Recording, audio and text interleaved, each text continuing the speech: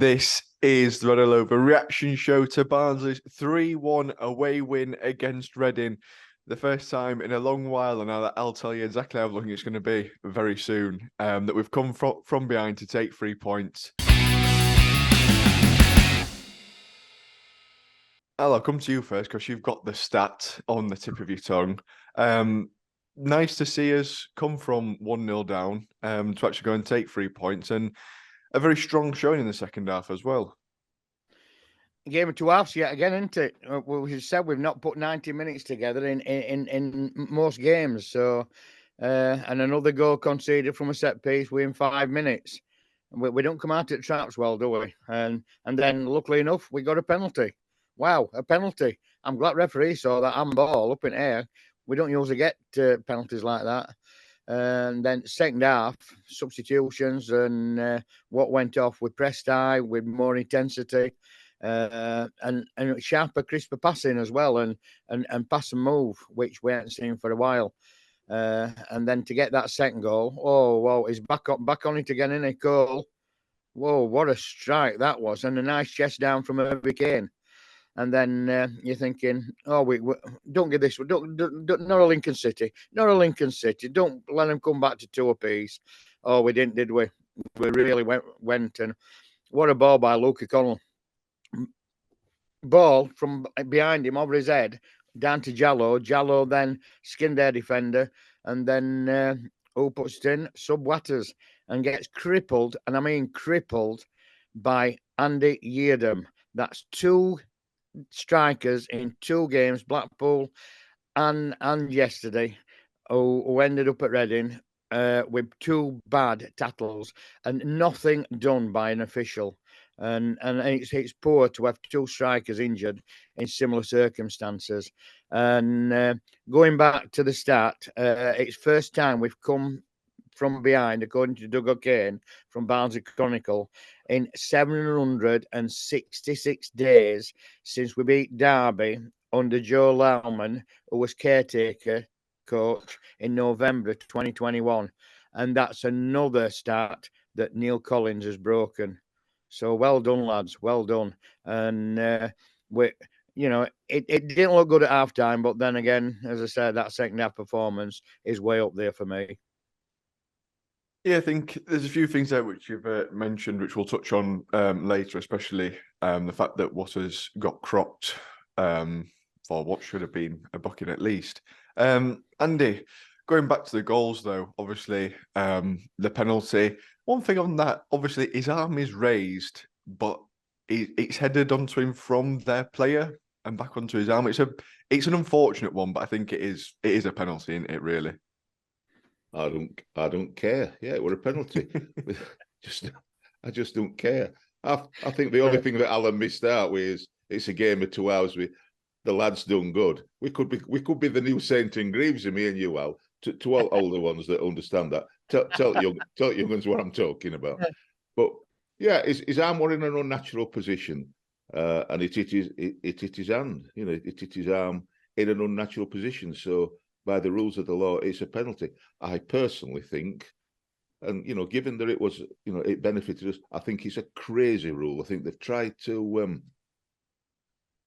bring in a rule for clarity, and they've made an absolute mockery of it. For me, I think they need to change that stupid rule. If it's hand to ball, ball to hand, they need to go back to that and have a proper rethink rather than that. But obviously, in this particular case, for once, the eagle-eyed referee, probably the one time that he will eagle-eyed, because I think I think there's been another rule change, which means that if a Barnsley guy gets flattened from behind, pushed him back and sent flying, it's not a free kick, because his eagle eyes, he must have taken his Specsavers glasses, others are available, and missed all the pushes in middle at back. I couldn't get my head around it.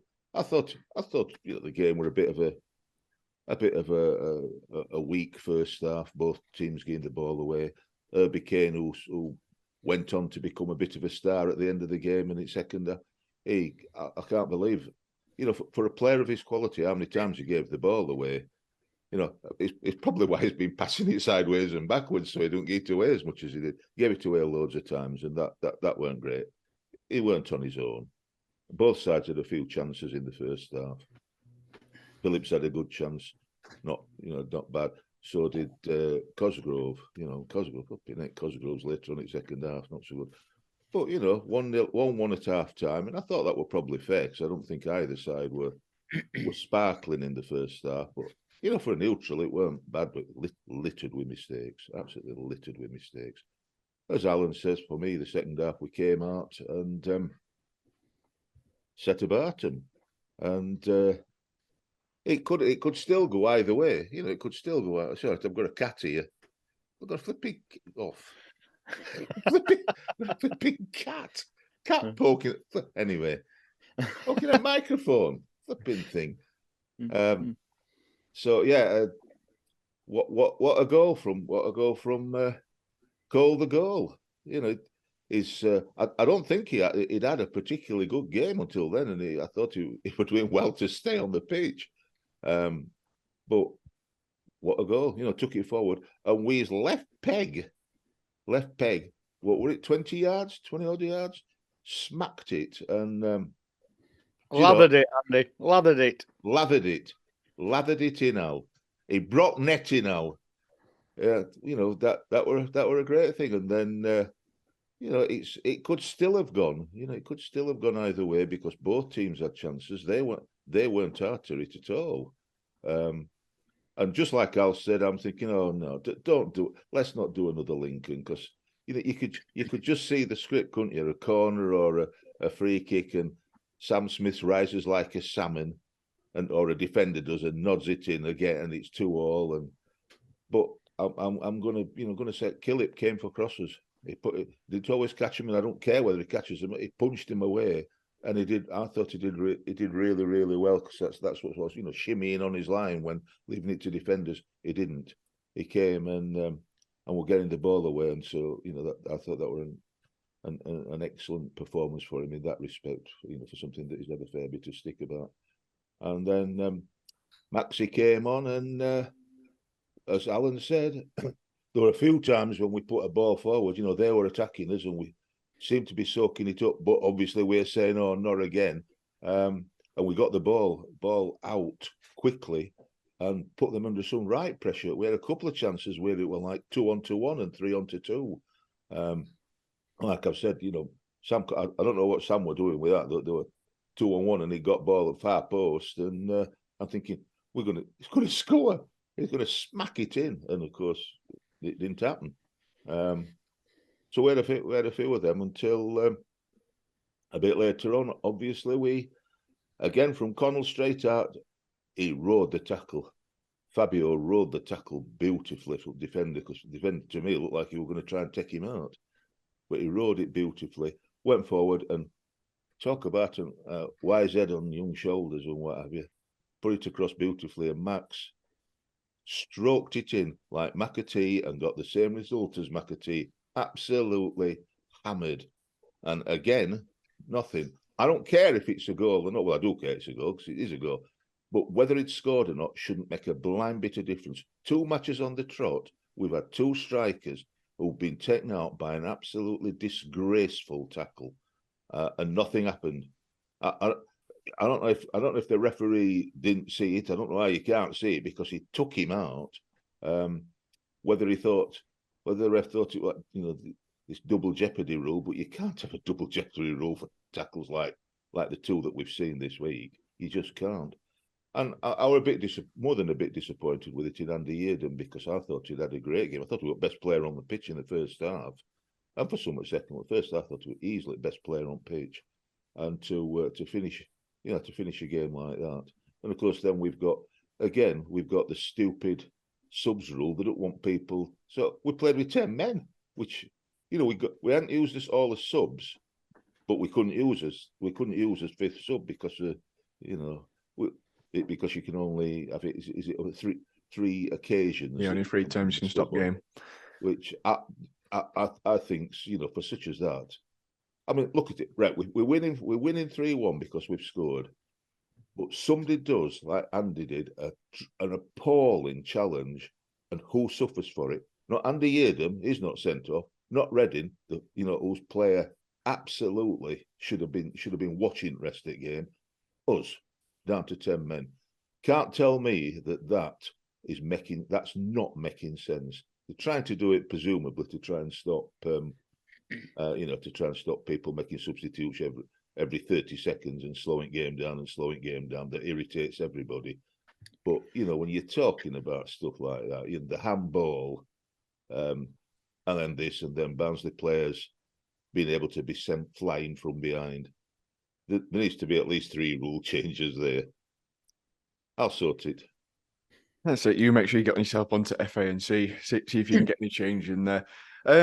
Craig, obviously, a very good showing in the second half, to be honest, and sort of somewhat reminiscent of what we saw last season. And nice to see Jallo come on and make an impact in which it seemed like he'd almost found his feet at this level, especially when he came across for the assist as well, which I think does make it 6 goals contributions in roughly 7 1/4 games now for Max Waters, which again, it's almost like an awkward stat in the way of how Collins' season has panned out, and it's better on paper than what it was last season. But again, probably something that's failing the eye test is Waters' contribution, which seems on paper quite solid. But again, from a fan's perspective, I think we'd rather see it's almost as though like consensus is Devante and Cosgrove as a starting to all McAtee as well. So it's interesting to see that. But what do you think of yesterday?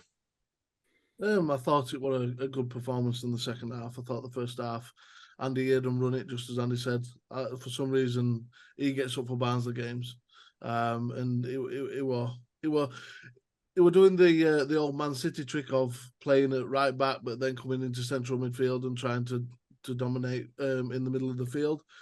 And luckily for us, Collins noticed that and he changed some things in the second half. He allowed us to play the ball longer than just pass and move and try and pass through them. We decided to go over them, and that we always had a man free on that left wing. We specifically said, people get up there because Yeardham's not there. He wants the ball. They've lost the ball. Get it up. Give it to Connell and let him whack it up that left hand side because there's no right back there. That changed the game. It allowed us to counter attack, and essentially that's what won us the game. Connell sent the ball up that Herbie Kane chested down for Devante's goal. Connell sent the ball up, then that ended up for Watter's goal too. So a real good performance from him. But I've been getting some stick to some players this season because I thought they've lacked maybe a little bit of effort, a little bit of energy. Cosgrove and O'Keefe being 2, and I thought they were brilliant yesterday. I thought they showed a lot of energy. Cosgrove, it's like he were a different player. He seemed to want to chase the ball down. He seemed to have a bit on his shoulder, and he was actually closing down faster than Devante Cole was. So I will love it. He's getting fitter? You think I he's think getting so. fit to match fit and what have you? Yeah, he's getting back into the game. He's getting back into his fitness and everything. But I'm seeing a bit of Kiefer Moore in him where he's getting decisions against him purely because he's bigger than the guy he's up against. That Tyler Binden, their centre back, kept shoving him over, kept roughhousing him.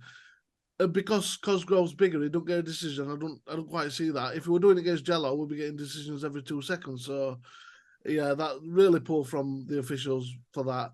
For the penalty, one handball, his arm were out and it went at the side of him where it's meant to be, apparently, unnatural position and all this stuff.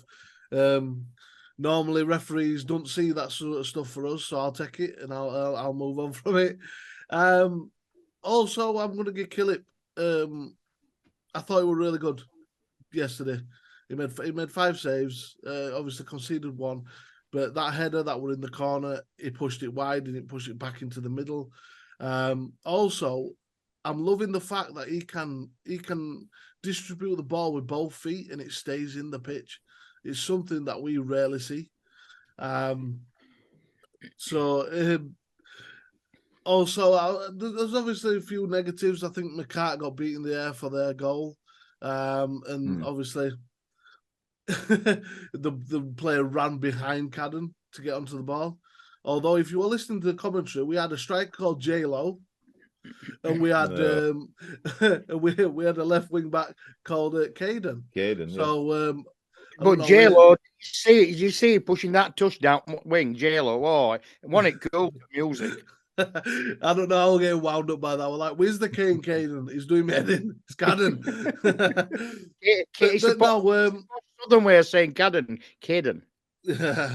Well, I'll just say that Watters, it was a goal he needed. I think it was a goal Cole needed. And I think we've only lost 1 in 9. So I think under Collins, I think what you said, Josh, has got a lot of resonance with what I think and feel, is the team doesn't pass the eye test, but the results are there. So, like I say, I'm not Collins in, but I'm not Collins out. I'm like, I want to wait and see. You know, it's like it's a slow burner, really it is. But them changes, whether you like Collins or not, or whether you want him in or out, them changes he made in that second half changed the game. Press with more intensity, allowed us to boot the ball up to that left-hand wing, which he knew were completely free, changed that game. And we fully deserved the result. We're still weak at that right wing back, though, isn't it? Aziz ripped us apart down that side when Cadden went off, and then when we changed it to Styles. Yeah, it did well down that right-hand side, and we struggled. I thought Callum Styles played well down left-hand side as wing back. I thought he did all right. I just assumed that we were going to bring, we'd bring on our usual, Owen Dodson, something like that. Not having looked at the subs bench properly. But I was quite pleased when we brought Callum Styles on. So I thought he did all right. I think I said it last game. That a couple of years ago, we loved him at left wing back. Yeah. I think I mentioned that last show. I'm sure Neil Collins watches these shows, you know, because there's a few things we've said in recent shows and changes have been made. Gilly was watching because he come off his line more yesterday and got balls, didn't he? I see him come out for corners. I think just on that note of Styles going into left wing back, what did you think, Al, of getting sort of last season's midfield three backs together in terms of providing that sort of solidity? And you've got them links there and partnerships which have been developed over a season of last year. Do you think it was one of the contributing factors to us looking a little bit more solid? It did. It certainly did. And behind me, Phillips. I think it was Phillips' best game he's had since Collins has come in. A lot more fluidity in that midfield, and I thought it worked wonderfully well. And I think that was a big part of getting 3 points yesterday. Yeah, I think it's nice. I think as Craig mentioned already, and they sort of, especially for the second goal, in terms of them tweaks tactically. And just having Luke O'Connell back to play them balls forward, it sort of allows, in the position which he holds, it allows Herbie to, because when he's chested that ball down, he's our furthest forward player, which we've not seen that, especially from Herbie so far this season. We've not seen him get so far forward, in which he did do last year. And then when you look at, I think the way we're set up, there is someone out on that left-hand side already, taking up that space. On the left, you've got Devante backing up, and then obviously scores. Cosgrove's forward as well at the time. Like, it's nice to see getting them numbers forward rather than what we've seen sort of previously of sort of having been reserved and just sat back a touch more. Yeah, I mean, I was impressed with Herbie the second half. I was saying the first half he gave the ball away too much, but in that second half, I mean, for like you've said, for Cole's goal, what's he doing there? He'll get a nosebleed if he goes any further forward. It was good to see. Yeah, good to see that. That's where he should be. You know, pushing forward, getting around their box, doing his little tricks, step overs and moving it about and whipping it in. That's where he should be, not going back to the centre house, taking it off him and passing it back to him. He needs to be where he can cause a lot of damage. And let's be right, when he's on his game and he's playing, he can be. Whether that's down to Herbie or whether it's down to the style that we're playing at different times and what he's asked to do, you can only do as a footballer what you're asked to do. So it was very good to see, and it was a great chest down for Cole to lather it in. So well done to him. And yeah, as you both, well, all of you said about Luke O'Connell, those little dinks into space, whether it's the left or the right, with the Watters goal, the dink to the right for Jallo to go on it, or J-Lo, for him to do it. We'd be missing that. Although I think Russell's done pretty well for us. He's not been doing passes like that. Again, it's been sideways and backwards and what have you, and with his laconic style. So it's good. It's very, very good that it's back. Al were right, down the right-hand side for once. Down the right-hand side, they were annihilating us, particularly the first half with Aziz and Yedem. And I thought, what's his name? Craig, is it? Was it Craig? Is it Michael Craig? I think the central midfield. Him with Lewis Wing were doing really, really well. Then we got among them in the second half, and they weren't anywhere near as effective. Although I do think the second half, whilst it was 1-1, it really, for a neutral, it could have gone either way, and it looked a good game with both teams going for it. And we could have scored they could have scored a few goals. Let's make no mistake. But we could have scored a few more goals if we'd have been a bit, a bit sharper up front, and hopefully that'll come. You can complain at 3-1. First time for 2 years from behind, Al, or more, whatever, 2 and odd years. So it's hard to complain about that, but they do. I think you're mute. They do. Mute. What best yesterday is we've got penalty taker sorted to Herbie Kane. There's no arguments now who's taking penalty. Like last one we had, it were Cole, wasn't it? And there were a bit of arguments. So Cosgrove just wanted it though. He didn't want to give that ball. It was close, Al. Yeah. I'd like to see that though. A nice bit of spiciness about it. Craig, who are you having for man of the match then? I thought it's nice to have a few contenders for once. Normally there's one standout guy. And it's not just keeper. I think I've got to get Luke O'Connell. I think he changed the game. His ability to pass from deep is the reason why he's perfect for that position, and Herbie's not. Herbie's great on the ball and being able to jink in and out of players and short passes, 1-2s, and same with Adam Phillips. But Luke O'Connell in that deep role, he can pick a pass, a nice 40, 50-yard pass, and get it right on a sixpence. So for me, I think he changed the game yesterday. Yeah, I think it's nice as well to see sort of Herbie Kane and Phillips allowed to go back into them, back into their usual positions, have been much higher up the pitch as well. And you can see Luke has enabled that. Al, what about you? Who are you having for man of the match? Well, I could have gone for, pardon me, Luca. MDG I thought was solid in defence yet again. But I criticised him, and I'm going to award it to Killip because I think that's the best game we've seen him in a red shirt for us yesterday. He kept us in game. Nice. Andy, what about you? I slightly differ from them two. Not that I'm saying anything against either Luke O'Connell, but you could just say before the kickoff, let's get to Luke O'Connell, because you know what you're going to get. He's so consistent and so consistently good. It becomes noticeable if he puts a poor pass about. People think, "Whoa, what's happened?" Consistent to a fault, isn't it? It rarely happens. And same as Al, Killip, his best game. But for me, the one thing that we've been missing this season, apart from the high press, but personnel-wise, is the equivalent of somebody who will absolutely go up the defence like Luke used to do for us. Get the ball, whether it's from the start or as a sub, get the ball, gather the ball, and go at the defence, because a quick player like Luke Thomas going at the defence can create all sorts of problems for us. Do we tackle him? Don't let him get in the penalty area. Well, we can't stop. All that, it creates havoc, and we haven't been doing that. Fabio Jallo, or his brother J-Lo, came on and did that. When he got the ball, he created the third goal. He did that, and he went at him. So for me, it's Fabio Jallo. Yeah, I think Jallo won the fans vote on Twitter, I think, from memory there. Yeah, I think it is nice to sort of have that spread across the team as well. rather than just being one player that's stood out and sort of carried us, which is nice to see. Anything else to cover, gents, from yesterday? I can just tell you this: we had to the competition thing. We had 60 predictions, and considering it's all doom and gloom and Collins out, I'm not convinced by Collins 100% myself or the style. But some of the comments yesterday were just ridiculous. Just have a day off. Have a day off. It's not.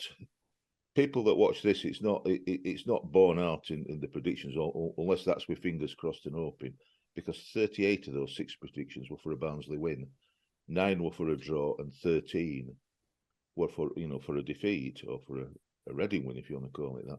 What was good, because I saw a few 3-1s, and I thought I saw a 9-1 for Reading and what have you, and I thought we got Alan Clark back as manager. Al, I don't know what we're going on with that. But it just shows that there's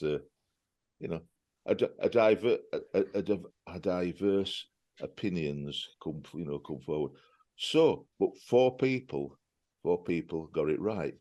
I mean, we ought to blame. I mean, there's 20 of us, Al, me, you, and Craig. There's 20 of us that wish hell on Max Watters for scoring that third goal, because 20 of us have said 2-1. There, I don't know. I don't know about Ultra. We've been robbed of 2 points, us, Al and Craig. We've been robbed. That must be most prediction of a scoreline ever. Then 20 people going for 2-1 win. Yeah, it's not far off. It's not far. But 4 people went for 3-1. Dave Booth, well done, Dave. One of our supporters and sponsors. Very, very. Russell Frost, regular viewer and contributor and what have you. Bailey Allett, young Bailey, go on, Bailey. And one of my favourite, Alex Billington. Well done. They showed the faith. They had the faith to say we'd win 3-1. And it were looking grim after 4 minutes. Again, it were looking grim after 4 minutes. But 3-1. So all I would say is I think they've already been up phone to Smith's Fried Chicken and ordered their bargain bucket. Other outlets are available. Josh, we've good ours. Who are yours? Man of the match, I'd probably go the same with Andy. I think I'd go with Jello as well. Just it was nice to see him come on. No.